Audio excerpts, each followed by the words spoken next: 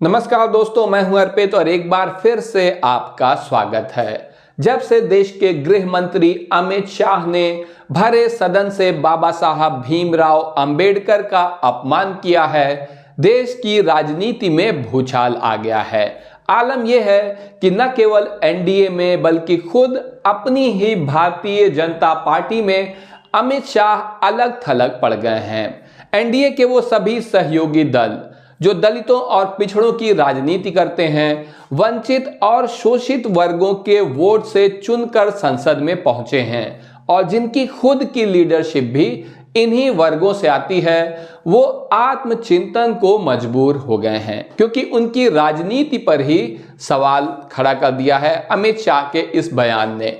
चाहे हम बात करें उत्तर प्रदेश की, तो यहां पर भाजपा के सहयोगी दलों में ओम प्रकाश राजभर, अनुप्रिया पटेल, संजय निषाद, ये सभी पिछड़े वर्ग से आने वाले जमीन से जुड़े हुए नेता हैं और अमित शाह की वजह से इनकी राजनीति पर सवालिया निशान उठ खड़ा हुआ है। यहीं उत्तर प्रदेश के से ही सटे हुए राज्य बिहार की बात करें तो आप यहां पर देख सकते हैं कि नीतीश कुमार, चिराग पासवान, जितिन राम मांझी, पशुपति पारस, ये सभी नेता निश्चित रूप से पिछड़ों और दलितों की राजनीति करते हैं, उसी वर्ग से स्वयं भी आते हैं और उनके लिए भाजपा की इस लाइन से भीमराव अंबेडकर जी के ऊपर साथ में खड़े होना मुमकिन नहीं है।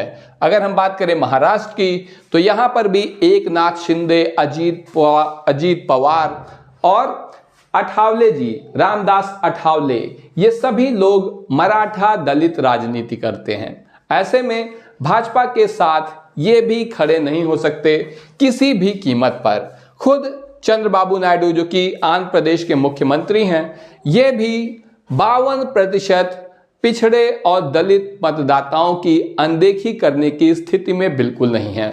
ऐसे में इन सभी ने खुद को न केवल अमित शाह से दूर कर लिया है, बल्कि ऐसा माना जा रहा है कि आने वाले समय में भारतीय जनता पार्टी से भी दूर करने के अलावा और कोई विकल्प इनके सामने नहीं है। आप सभी ने देखा कि भाजपा पिछले लोकसभा चुनाव में किस तरह से संविधान के नाम पर घिरी हुई थी और देश की जनता ने संविधान के नाम पर भाजपा और प्रधानमंत्री नरेंद्र मोदी को इस तरह से पैदल कर दिया कि अब की बार 400 पार का नारा देने वाली भारतीय जनता पार्टी 240 सीटों पर आ गई। अब भाजपा के संकट मोचक माने जाने वाले अमित शाह खुद ही भस्मासुर बन गए हैं पार्टी के लिए और अपने सहयोगी दलों के लिए भी। वो दल जिन्होंने एक बार फिर से भाजपा की सरकार बनाने में मदद करी थी। बल्कि अगर सही कहा जाए तो आज की तारीख में अमित शाह खुद प्रधानमंत्री नरेंद्र मोदी के लिए ही भस्मासुर बन गए हैं, क्योंकि प्रधानमंत्री मोदी पहले ही संविधान के नाम पर घिरे हुए हैं और अब ऐसे में अंबेडकर को अपमानित करने का लांछन भी उनके ऊपर लग चुका है।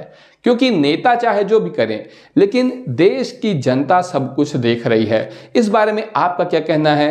क्या आप मानते हैं कि भाजपा अंबेडकर को अपमानित कर रही है? इसका क्या होना चाहिए इस मामले में?